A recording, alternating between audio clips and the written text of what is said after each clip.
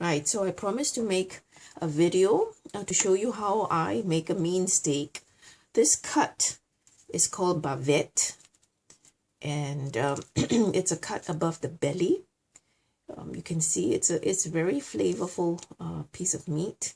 It's very marbled, very rich. Now, if you fry this correctly, if you prepare this correctly, at most maximum medium, preferably medium rare, you will taste and think that it's Kobe beef, because it's kind of like melt in your mouth. It's perfect. In any case, you can use the same way what I'm preparing now for any cut of steak, because the end result is that you want a medium piece of meat, not overdone. That's like killing your piece of meat twice. Okay, so as you can see, the it doesn't come so conventionally in pieces like a rump steak. This is more towards I would say fillet, maybe a little bit smaller. Doesn't bother me one bit. In any case, this has been sitting in the fridge.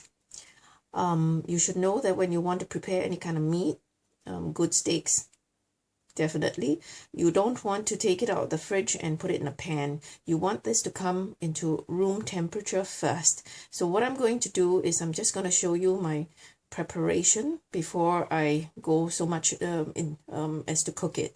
So I'm going to leave this out for a while, but before I do anything else or come back to this, I'll show you how I tenderize this manually. I don't need a large cleaver. You can use that. That's very normal, or that's what they usually do. But these pieces are so tender anyway that I'm just doing it for the sake of doing it. So what I do is I'll leave it on a piece of paper that came when I bought it from the butcher's. I'm just going to cover this like this, and then I'm going to slam on it with my palm. I've got pretty strong hands, so this is really quite useful. Give it a slam. Another one, and you'll see you've done a little bit of a flattening. Quite nice. And at most, at this point in time, I might also just put pepper on it. So just give me a minute.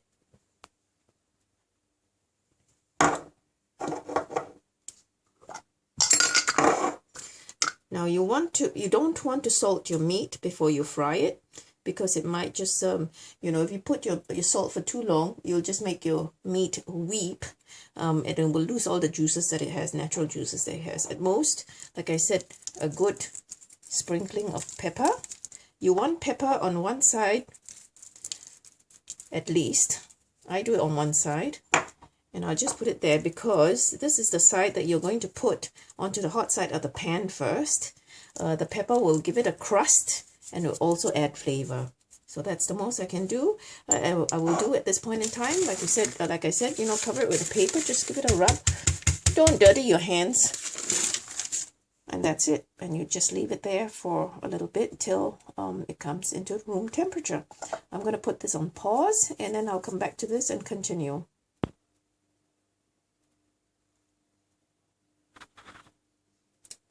Okay, so now I'm back. I think it's been about 20 minutes. Should be around room temperature. At least it's not ice cold from the fridge. So what I've got before I move over to the pan is I just want to show you. This is also what I use. It's garlic butter with some herbs. I make it myself, and I make big lots, and I keep it in the fridge. It's very good with steak. So you'll need this too at the end when you finish frying your steak. Okay, so I'm just going to move this aside, put this here, and I'm going to take my steak with me. Put it here. Got my plate ready.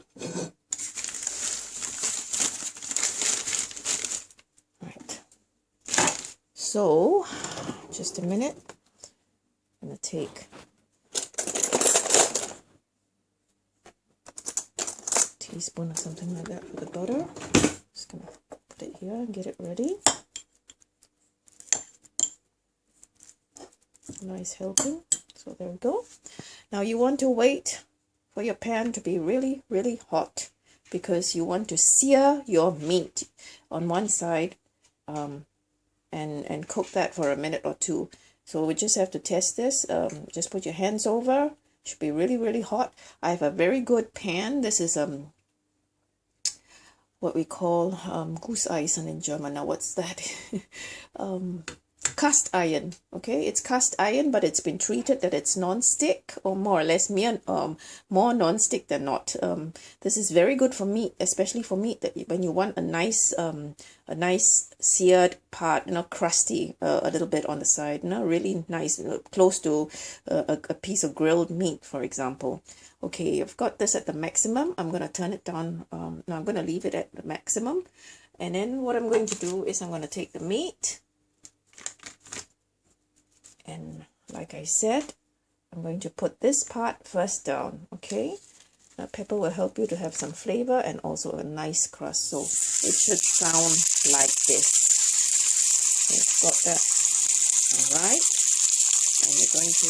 This is a very small portion because we just came back from a very heavy Italian lunch.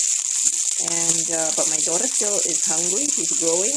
She's got an appetite that's going to make me bankrupt. And she requested for this steak. She's not normally a big, heavy meat eater in that sense, but if it's very tender and very nice, then she's suddenly very appreciative of meat. So I'm going to let this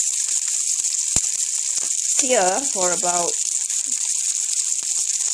a minute, perhaps. I usually don't time myself. What I do is I just go by gut, but I'm just going to show you what I do, okay? So if you look at the bottom, you see it browning, and I'm going to use my tongs just to show you. This part is browning, and you want to see the brown coming up here, like about 0.3 centimeters or something like that. Oh God, I never cook this accurately. I just go by eye. But you want to see this brown coming up a little bit here before you flip your steak over. Okay, I'm doing this all by myself with my hand phone, and so I'm working only with one hand. And when I need two hands, I'm going to put this on pause. Right.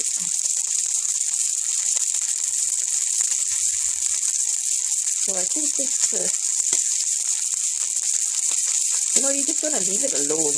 Don't mess with it. You only flip steak twice, at most 3 times if you're really unsure. But usually it should be just twice.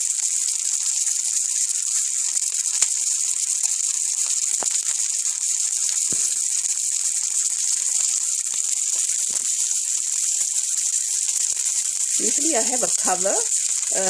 Sort of a net cover, because as you can tell, it's sprinkling oil all over my my stove, and I'm gonna have to give it a wipe down later. So let's have a look. Is that coming up? So what you want to do is take a look. Okay, you see that? That's kind of crusty. Now, right, super. So you're going to leave it like this. You're going to flip it over. And actually, I should have put the big piece in first for a while, because, it's going to not cook evenly. There you go. So this is what you want to see. Now, you're just going to leave it for about also a minute.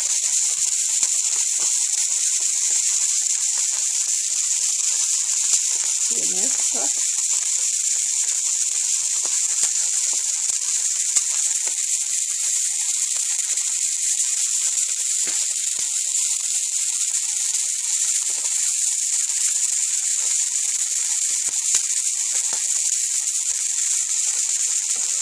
Now you can see this kind of bleeding through a little bit. That's okay. There's also another trick, people say if you just press this and see, they're still a bit rare. This one's going to be ready first. So I usually will put it like this, and if you're not sure, if you're really not sure, I usually don't flip and look. I just go by, this is not quite ready. This is also going to be a sort of a crust. Not quite ready. Just leave it like this for a while. I just added some oil. Usually I'll use something like a flavored oil. Maybe I love salad oil, but this is just a vegetable oil. So I'm going to leave it like this for, I don't know, a minute.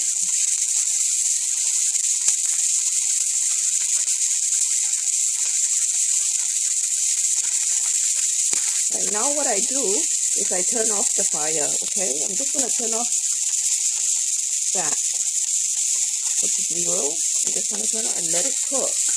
At this point in time, you can sort of like go and mess with your salad or some other stuff that you want to prepare with this dish.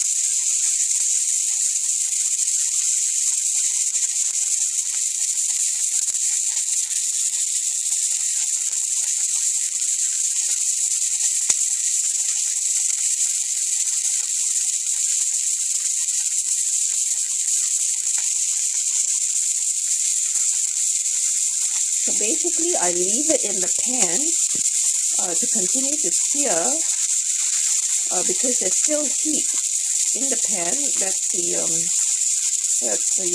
advantage of using an electric stove. And this particular pan is very good for keeping the heat in. And it'll take a while before it even, sort of warms down.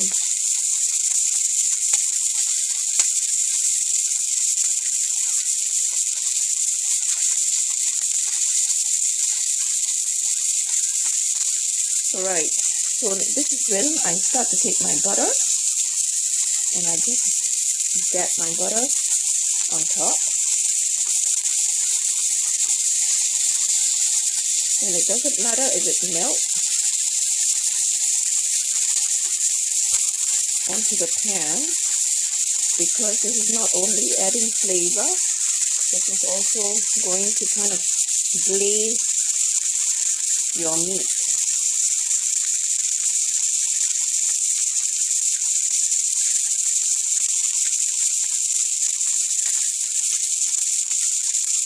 Now usually I wouldn't be filming this, of course. I'll be working on my salad, I'll be working on some other stuff, or just cleaning up somewhere behind me, and I'll come back to this when it stops more or less sizzling. In any case, you should always, when meat is cooked, you should always let meat rest for a little while, because this will let let the meat relax a little bit, and it will be then more tender. You shouldn't like sort of straight away take it from the pan, put it onto your plate and cut into it. To let it kind of rest. So I'm letting it rest with some heat, with some rest heat in the pan that cooks as well as, warming it down. So if you want to have a look, if you answer, I usually do not touch my steak. I only do it twice, and then I go work on something, and usually it comes back really looking good. So this piece of meat is actually quite ready. I'm just going to put it aside. I should have put this down first. Then I would have had both of them quite at the same time, quite ready at the same time. So you can see, you get a nice crust on top. You also get a nice crust at the bottom because of some of the rest pepper that's come up also from the top when you first placed it down. And you're just going to leave it there. And the sizzling is dying down. So this is going to, continue to cook your meat, but it's not going to overcook it. There's no chance of it being overcooked. And take it back down. I'm going to sort of turn this around only because I want to glaze the meat with the melted garlic butter, which is like one of my favorite butters now. It is my favorite butter. And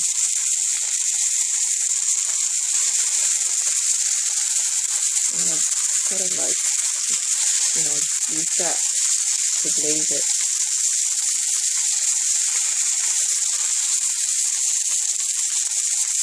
It's got a nice tiny, natural taste of it. Right. Good. So I think that's ready. I'm going to take it out of the pan.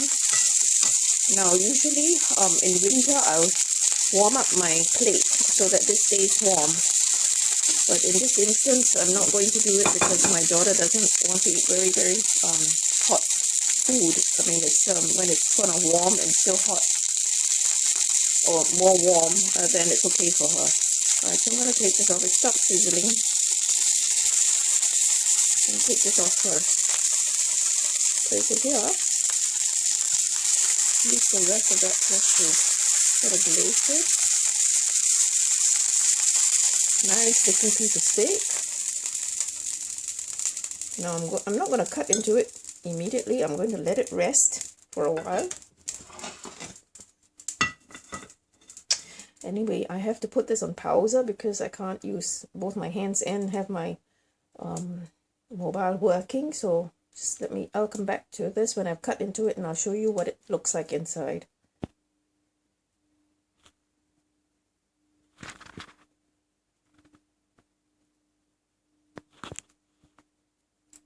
Okay, I didn't salt the meat as usual.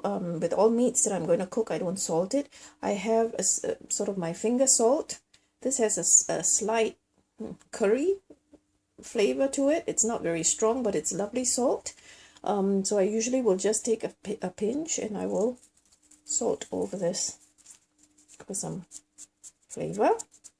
So that aside. Okay, I'm going to put it back on pause and then I'm going to cut into the meat. It's been half a minute or so and I'll show you what the inside looks like. Just a minute.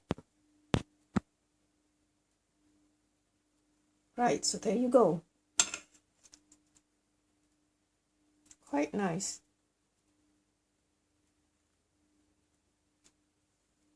And the other piece, the smaller piece was a little bit too done. I'll show it to you. Only because usually what I'll do is I'll put the bigger piece right in first. This for me is already a little bit too done, but it's still okay for my daughter.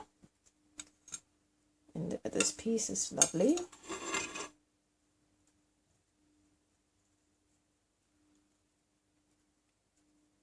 And there you go.